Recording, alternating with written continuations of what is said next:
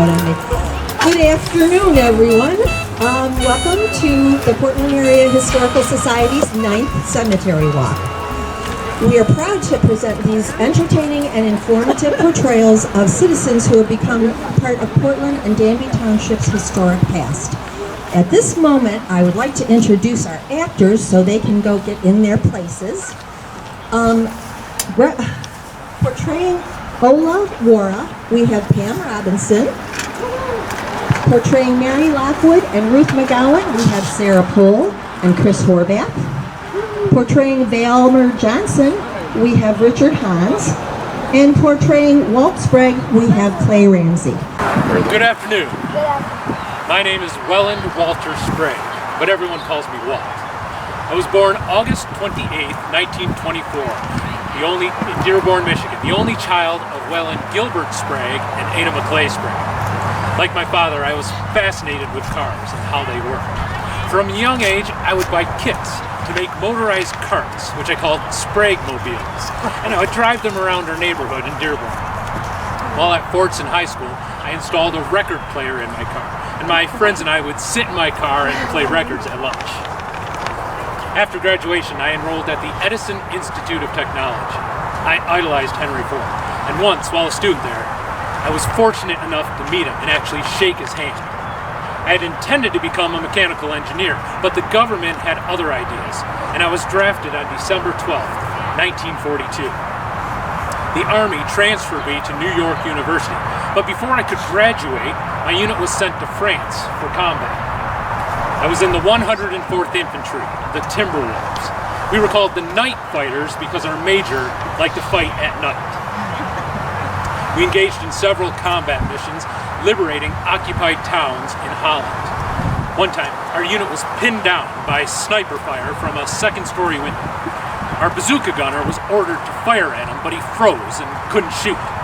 After a second order, I grabbed the bazooka and took out the threat. Another time, several weeks later, at the Mark River crossing, we took a boat across the river at night and then crawled our way through a beet field while under heavy fire from a German machine gun nest. We were able to capture the nest, but our second lieutenant was shot when he stood up to shout, "Give him hell!" I was right next to him. 3 of us were left trapped in a trench at the forefront of battle and became separated from the other Timberwolves. We were pinned down in the trench and we didn't know the mission was failing. At dawn, Halloween morning, 1944, German tanks surrounded us and we were forced to surrender. They made us ride on the outside of the tanks to discourage Allied forces from shooting at them. When we were finally unloaded, we were lined up against a wall and we thought we were going to be executed, but we were interrogated instead, and then loaded onto a train bound for Gulag 11B and then Teterow, Germany, to a work camp. As we traveled along the tracks, Dutch and Belgian citizens would throw apples to us. Those apples were all we had to satisfy our hunger and thirst. When we reached the camp, we were escorted into a room with 2 nozzles, and we were terrified. We thought we were going to be gassed, but luckily we were actually showered. We were then put to work fixing trains and repairing rails, but we would often try to hide or destroy the tools to keep the trains from running. The Red Cross had started sending us food and cigarettes. Since I didn't smoke, I would trade my cigarettes for extra food. I always supported the Red Cross after that because of their contributions during the war. This was at the time that the Russians were advancing from the east and the Allies from the west. One day, Russian guns near our camp spooked a horse, causing him to break down a fence, allowing us to escape. The German guards had run off, so we filled pillowcases full of food from the kitchen and then headed west to join the Allied troops. Along the way, we met a German soldier who escorted us to freedom by pretending he was a guard taking us to prison. 6 months after being captured, I was finally reunited with American troops. I was assigned to the Transport Corps to finish out my tour. I also was presented with a Purple Heart because my feet were frozen while a prisoner of war. But I never really felt I deserved it. The prisoners in the Pacific had it much worse than we did. After the war, I kept in touch with many of my fellow soldiers. after discharge, I moved to my parents' new house in Portland. Dad had worked his way up at Holly Carburetor, and during the war he was sent to Portland to manage the plant there. He built the house on Charlotte Highway himself, while Mother remained in Dearborn at the Dearborn Inn, where she enjoyed the social life. They added a little farm to the property when the house was complete and Mother moved in, but they also kept the apartment in Dearborn. I worked on that farm, tending the animals, and while I was there, I enrolled at the Michigan Agricultural College, now MSU, in my third attempt to earn a college degree. But now Dad had other ideas. He wanted to form his own company, the Danby Manufacturing Company, and asked me to help him. We would make carburetor parts to sell to Holly Carburetor. I never did earn a degree. No. We started making parts in a little garage on the property in 1947. I had invented a kit for installing an overhead light in Ford vehicles. Other cars came from the factory with the light as standard equipment, but Ford's didn't. I traveled all over the country selling the kits and carburetor parts to automotive distributors. Our business increased and we needed more space for manufacturing. So when Holly Carburetor moved to a larger building, the city asked us if we wanted to move into the vacant building. So about 1954, the company moved to Portland to its present site. I changed the name of the company from Danby Manufacturing to Portland Products when I bought the company from my father. We continued making carburetor parts and expanding. And in 1982, we bought Arnold Machine Shop. I like to say that it would be hard to find a car on the highway that does not have some part in it made here in Portland.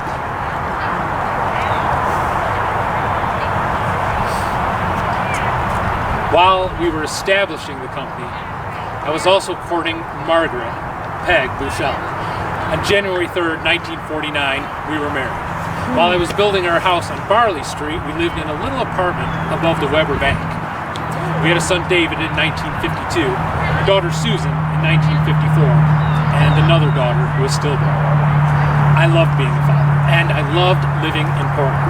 I would walk to work every morning reading a newspaper, and walk home every night reading another. I subscribed to several. After Susan got her dog Molly, Molly would walk with me. She would go everywhere with me. I was on the board of the Maynard and Allen Bank, and while I was in a meeting, she would sit on the steps and wait for me. I had a lot of interests. We had a cabin cruiser, and I loved to boat around the Great Lakes. We bought a condo in Charlevoix, and we would drive there on the weekends. I loved to drive and take road trips. My family will tell you that I also loved garage sales and that there wasn't one I could pass by. My passion for cars never faded, and I collected several. Finally, Peg says, no more, but there was one I couldn't resist. And when I came home with it, I told her I won it as a door prize. It's in Charlevoix, and the family still calls it the door prize. I also had a special car, the clown car. It would spin around and pop wheelies, and I would drive it in Portland's parades and other parades in the area. The crowds loved it. I also had a special car in Charlevoix, the red Amphicar. It was a car that was a boat, and the bilge pump would shoot water in the air. That was another hit with the crowds at parades. I also loved steam engines and toys. Anyone who has visited some of the buildings on the company property can tell you that I was a collector of many things. I met with a great group of men on Wednesday afternoons at the shop, and we would sit and talk and play cards and sometimes work on the cars. We called ourselves the Portland Playboys. Later on, my family would donate one of those cars to the REO Museum in Lansing. I was busy. I ran the company, and I belonged to many civic organizations, like the Civic Club, the Chamber of Commerce, the Freemasons, the Kiwanis, and the Historical Society. And I'm so glad to see that they are still working to preserve Portland's history by doing things like this cemetery walk. And I really hope they reach their goal of building a museum someday. I was also on the committee in 1969, which wrote the first city charter for Portland. Governor Milligan signed it in Portland, and the R&O published a picture of us watching him as he signed. After Peg died in 1988, I met Billy Armstrong. She was the second love of my life. We took a lot of trips together. We went out west and we went to Florida and many places in Michigan. After she died, and as I got older, my children and grandchildren would drive me around. I love spending time with my grandchildren and my great-grandchildren. The wagon wheel was a favorite place to eat, and they would often join me there. My family was with me as I passed away peacefully at my home, March 18th, 2016. Thank you.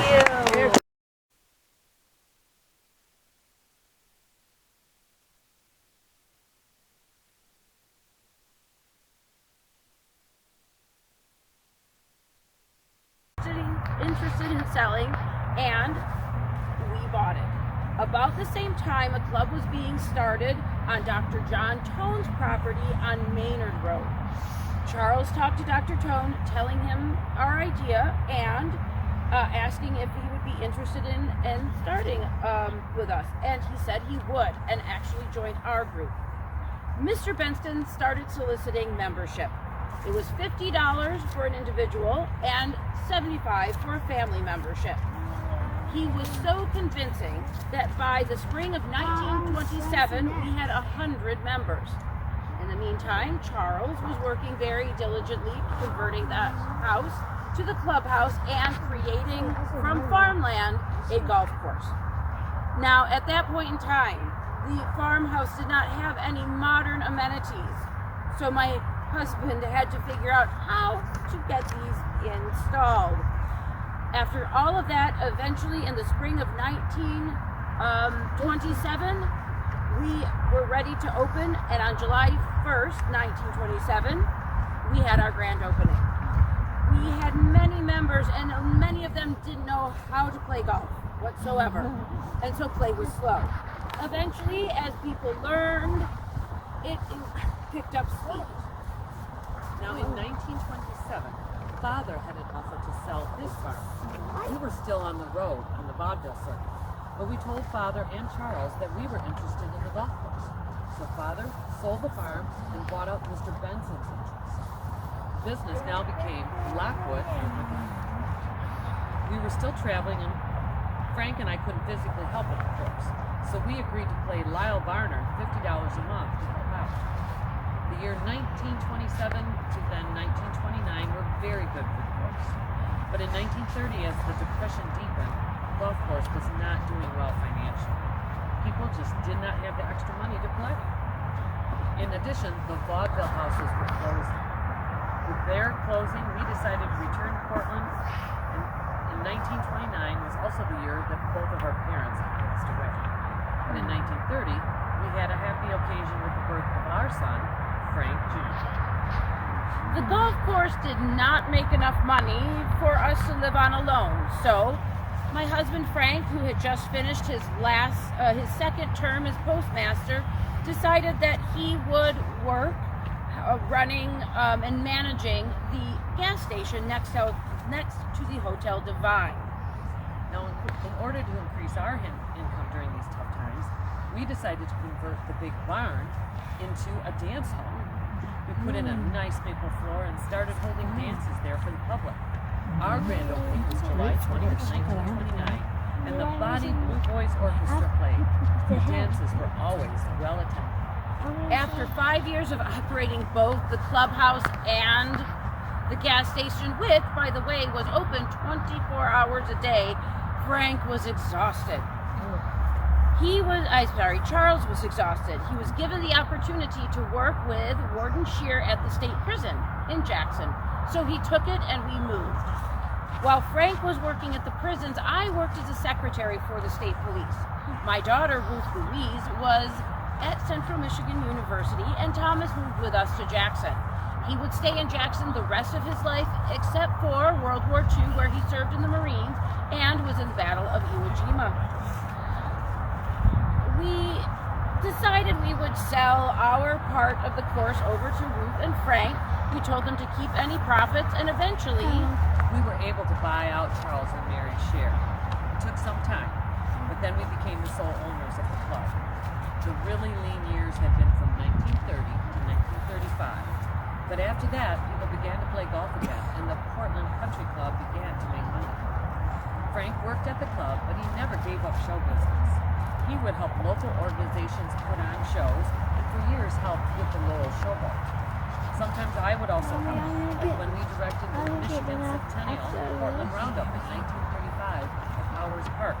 Because it was a centennial, performance included 100 people. My dear sister died in 1943 of colon cancer. The town businesses honored her by closing down during her funeral. My nephew Frank Jr. was always working at the country club, and so when Frank Sr. died in 1948, he became the sole owner. Being still in high school, my daughter and her husband, Don French, helped him to run it. And until 1954, when we sold it to Bob Waara. After it was sold, Ruth Louise taught physical education here in Portland. In 1968, my health was declining, so we decided to move back to Portland and live in a trailer on Ruth and Don's property. I died September 27th, 1971, and Charles would follow me in October 31st, 1977. The golf course was a labor of love for us. We had help from several people and learned by doing. But when it was time, when we sold it to Bob Waara, it was sold to a professional. There's Bob's wife Ola now, down the road, still practicing her golf swing. We'd like to close by sharing with you a vaudeville tune. If you know it, please join us and sing. Pack up all my cares and woes, here I go, singing low. Bye, bye, blackbird, where somebody waits for me, sugar sweet and so is he. Bye, bye, blackbird. No one here can love or understand me. Oh, what hard luck stories they all hand me. Make my bed, light the light, I'll arrive late tonight. Blackbird, bye-bye. Sing one more time. Blackbird, bye-bye. Yes! Very nice. Amazing. Applause for my backup singer over here. Yay, Pat Doughty! Yay, Pat Doughty! I'm sure my father probably sang with your family. Oh, okay. Yeah. Yes, they did. Birth home on the island of Iceland. Now the Norwegian Vikings, they discovered that island, and my family are descendants from that particular Viking clan, tribe. You've watched them on TV, I know you have. Now, my father, Sigurbjorndottir Gudmundsson, and my mother, Lilja Christine Anadottir, they were farmers. But when my father's health was failing, we moved to the capital of Iceland, and that is Reykjavik. Now, my name is Olifia Sigurbjorndottir, and I had 7 brothers and sisters. Summer days were long there, playing sports and riding horses. Iceland's favorite sport is golf, and I loved it. I learned how to play in my early 20s, and when the first golf club was opened in Reykjavik, I even won tournaments. And I was also the national women's champion in my early 20s. The winter days were a little slower. What we would do is weave and embroider and sew and those type of things and write. Iceland is famous for its writers. And now, the 1930s, now they were great. I was living in Copenhagen, Denmark with my sister, but we had a small little apartment, how I miss it, and I worked in a flower shop. But then in 1939, when the war broke out, and even though the Kingdom of Denmark was neutral, the Germans invaded Denmark and Norway. My sister and I grabbed as many things as we could and ran for the last boats going from Copenhagen to Reykjavik. Oh, it was a terrifying trip, as we had to hide from the German U-boats in the fords all the way home. I'll never forget that. Now, Iceland was a strategic outpost for the Allies, and the British guarded and defended it until 1941, when the Americans started doing that job. And 3,000 American soldiers came to Iceland. Robert Otto Waara was one of them. Bob was born on June 9, 1915 in Hancock, Michigan.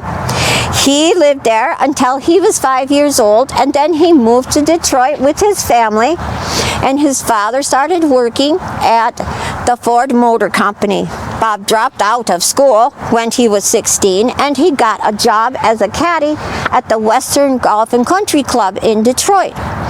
Now, everyone could see he had natural talent, and they all encouraged him to go pro. So he became a member of the PGA when he was 17. He was drafted there, and even though he had difficulty in the classroom, he was very intelligent. So much so that he was assigned to the U.S. Army Counterintelligence Corps. Now, we met at the golf club in Reykjavik, of course. In Bob's spare time, when he was off duty, he would come and play golf there. And soon he was given lessons. So we played golf, and we would spend hours just talking in the club, and pretty soon he was coming to my parents' home, and he was bringing sweets and special treats for my brothers and sisters. Oh, he charmed us all. Well, we were married in 1944, and I was soon expecting our first child, and Bob made arrangements with the Army Transport to bring me to America. I was frightened, airsick, and homesick when I landed in New York. And Catherine, my new sister-in-law, she was supposed to meet me and escort me to Detroit. There was just one problem, though. We missed each other.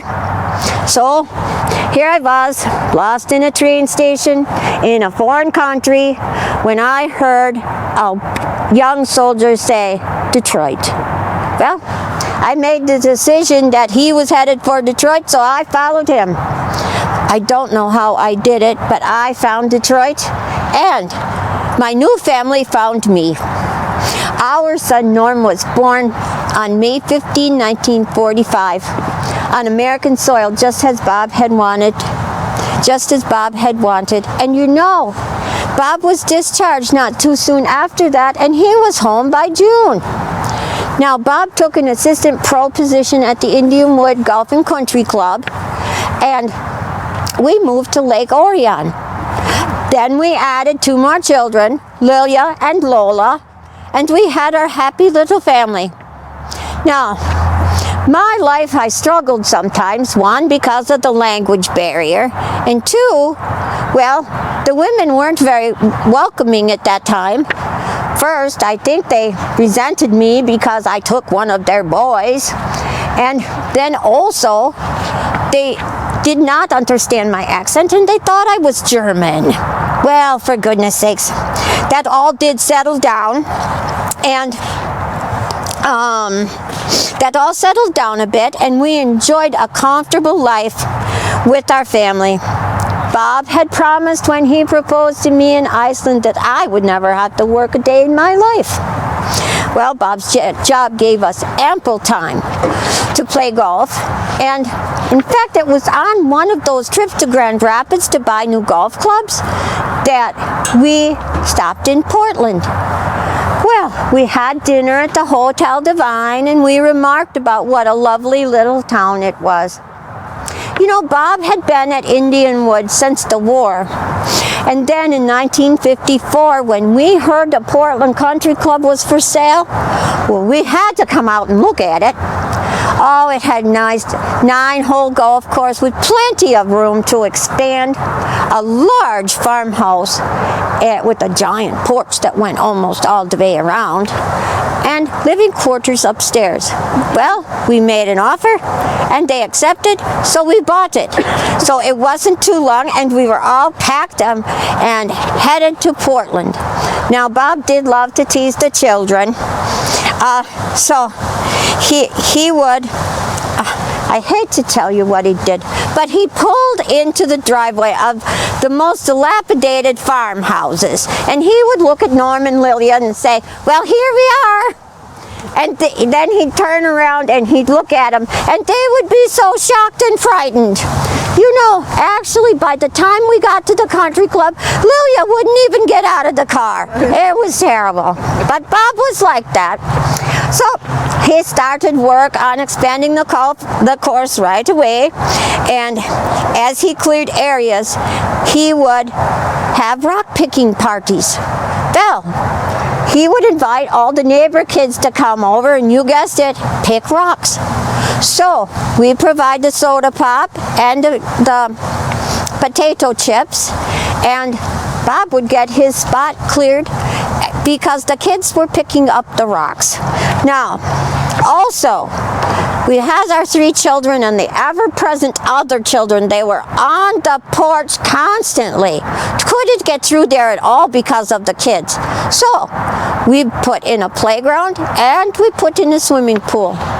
Now, because the swimming pool was so uncommon back then, we would charge 25 cents for the kids to come and swim all day. And it was a lovely time. But, oh, the work! Oh, I was the bartender, the cook, the waitress, the baker, the housekeeper. And when Bob's was out on the course, of course, I ran the pro shop. All this while watching the children. Of course I could do that. So when I collapsed after an 18-hour day, I would look at Bob and I would say, remember when you proposed to me in Iceland and you told me I would never have to work another day in my life? Well, within 5 years, the club was looking and becoming everything that we had dreamed of. It was a family-oriented club. It was hosting parties like Family Day with the 3-legged races, pony rides, cotton candy. Bob would have his steak fries.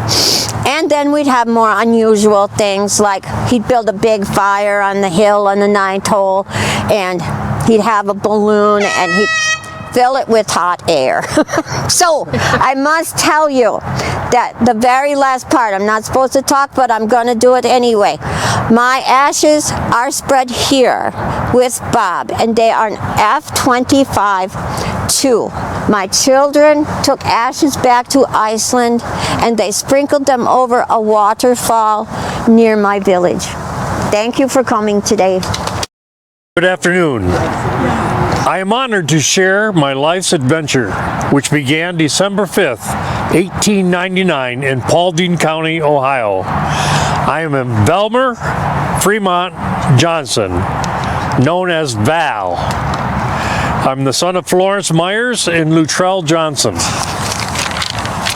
When I was almost 7 years old, Papa drove our mama and 4 siblings and myself to board a train for Mason, Michigan, to live with our Aunt Martha. After dropping us off, he went back and hitched up our horses, old Frank and Bet, to the Surrey and loaded the chickens and tied on the cow and headed to Michigan. A sight we'll never forget is seeing him coming over the hill in the Surrey the next Saturday. I graduated from Mason. Excuse me. I graduated from Mason High School in 1917 and enrolled at U of M in the fall. Papa was a day laborer. If anybody doesn't know what that is, you worked the day and you got paid the day. Finding work wherever possible. He passed away unexpectedly in the summer of 1919 while mowing a neighbor's field. He is buried in Eden Cemetery next to that field.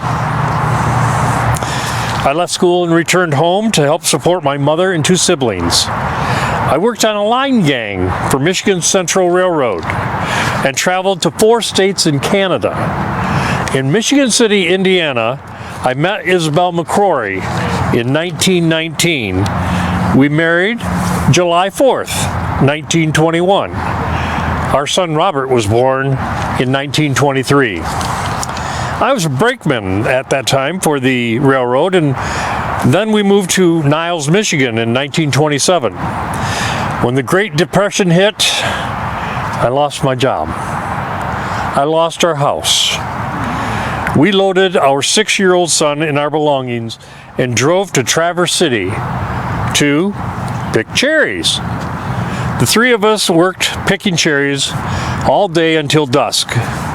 We lived in a tent among the Native Americans.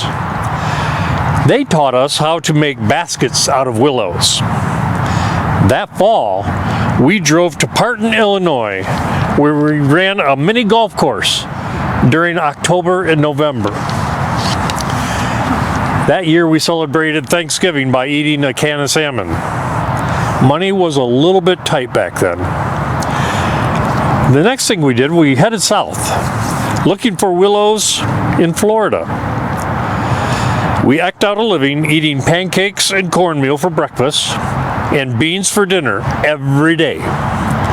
We continued to make and sell baskets, and we were living in a tent at the time.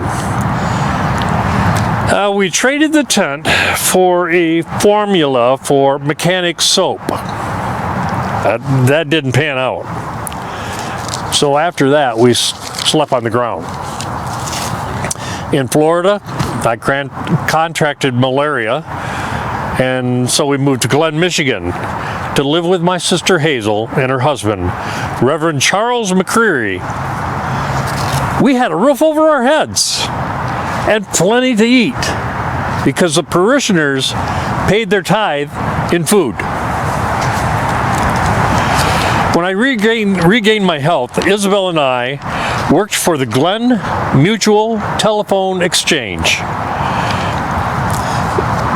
It paid $40 a month and included a small living quarters. I was a lineman and Isabel operated the switchboard from 6 in the morning till 10 at night, but she also had a night bell for the after hours calls. In 1931, a banker in Glen loaned me money for a used International Harvester truck to haul fruit from the south. And my first run wasn't quite successful. The fruit spoiled by the time we got it to Michigan. So I traded that truck for a refrigerated truck, and we were off and running. Our business, Johnson Incorporated, expanded to 90 drivers, including Vern Dornan, 43 trucks, and 107 trailers. In 1939, we moved from Glen to Chicago. After the attack on Pearl Harbor in December of 1941, we sold our company to Interstate Trucking for $175,000, which today would be $3,821,000. We moved to Portland in the spring of 1942 and bought a home, 96 acres on Maynard Road. The red brick craftsman style home had been built in 1900 by Derua Tone and her husband Umbra Maynard. Derua's brother, Dr. John Tone, started the first golf course in Portland. I was offered a lieutenant colonel's commission to join the Army, to go to Persia, buy submarine, set up convoys, and get oil to various locations. I went to Fort Custer for my physical, but was rejected due to the spots on my lungs from the malaria. But in September of 1943, my son Robert was inducted into the Army and served with the 63rd Infantry Division, known as the Blood and Fire Division. In April of 1945, his division liberated 7 Nazi concentration camps, subcamps at Dachau in Kaufering. There were hundreds of dead prisoners and starving and dying political prisoners. Robert was discharged in 1946 and never spoke of the atrocities he witnessed. Before that, in 1944, I bought the Chevrolet franchise from George and Henry Lake, which Isabel kind of questioned since new cars weren't being purchased during the war. Well, I purchased the property east of the mill on M16. And in 1946, despite shortages of building supplies, we built a Chevrolet dealership, garage, and mobile service station at 425 East Grand River. After the war, we added an Oldsmobile franchise. The dealership provided employment for countless peoples over the decades. In 1946, Robert and I joined the Masons in Portland. In that year, I co-sponsored a race car in the Indy 500. It was raced under the name of LG Spring Clutch. Al Putnam was our driver. The car started in 13th position and finished 15th. He won $1,250, which today would be $19,596. In 1947, I was elected president of the Portland Country Club. Dick Doughty and Carl Schuler were the other officers.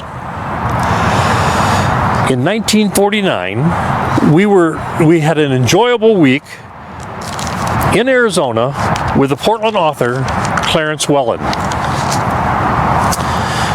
After a year of planning, Isabel and I began our travels, visiting all 48 state capitals, monuments, and 182 national parks. We drove an Oldsmobile with a travel trailer.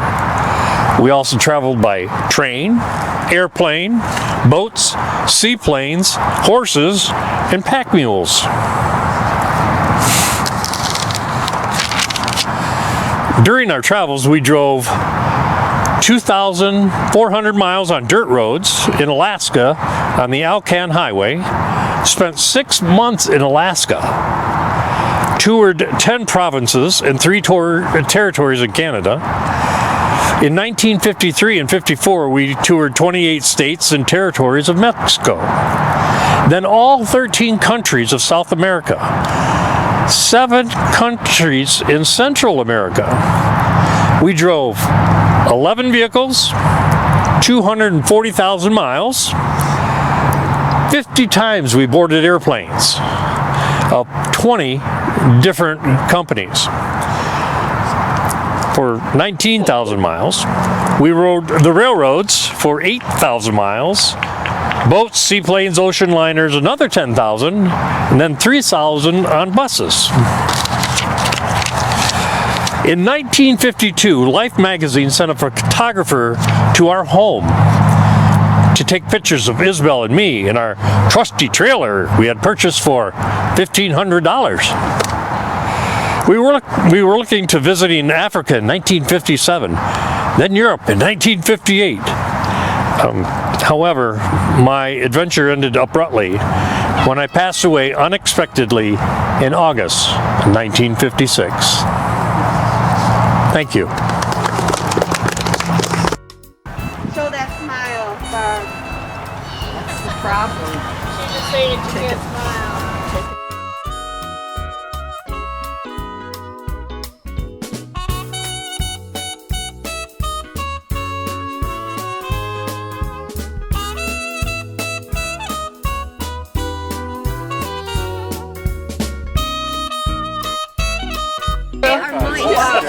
Are they?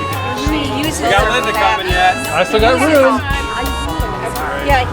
All right, you everybody. Save money. All right, good times.